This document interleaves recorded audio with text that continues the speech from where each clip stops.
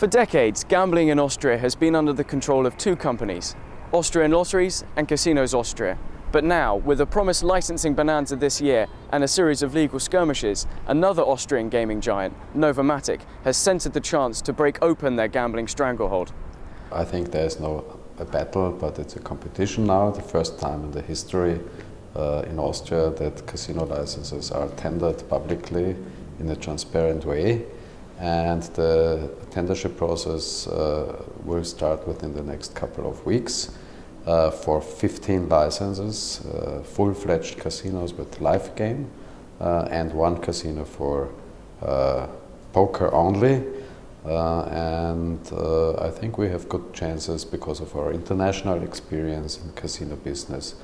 Our wish and our hope is that the government will, within the next future, decide to separate the segment VLT and online from the classical lottery, maybe to monopolize only the classical lottery, which would make sense from an economic point also, and then to regulate these other two segments in a proper way by issuing more than one license.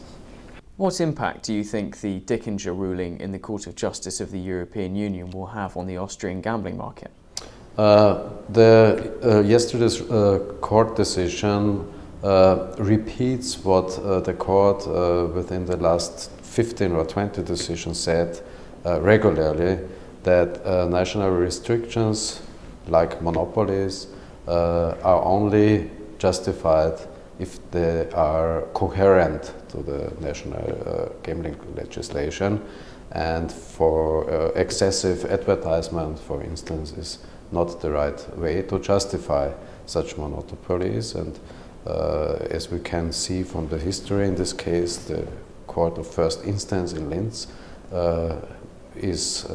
has mentioned the opinion that lotteries or activities of the monopoly concessionaire are excessively advertised. So the conclusion must be, and the national court has to decide that this kind of monopolizing is not in coherent and conflicts against the EU law.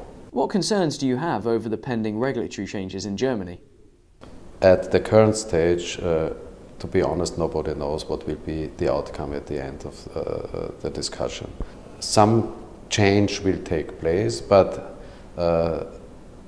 if we would expect some restrictions on the AWP side, on the other hand, we have then possibilities to substitute possible negative effects by entering into online activities, sports betting activities. So it's a very interesting development now, but we don't fear that at the end the whole structure will have a negative impact to our group. We have a very simple approach. Everywhere in jurisdictions which have regulated online market where licenses are obtainable, we will apply for them. The next jurisdictions are, as I mentioned before, Italy, Netherlands is talking about next spring maybe we will have a regulated market there. Other countries, Germany you have mentioned before, will follow, and maybe at some time Austria too.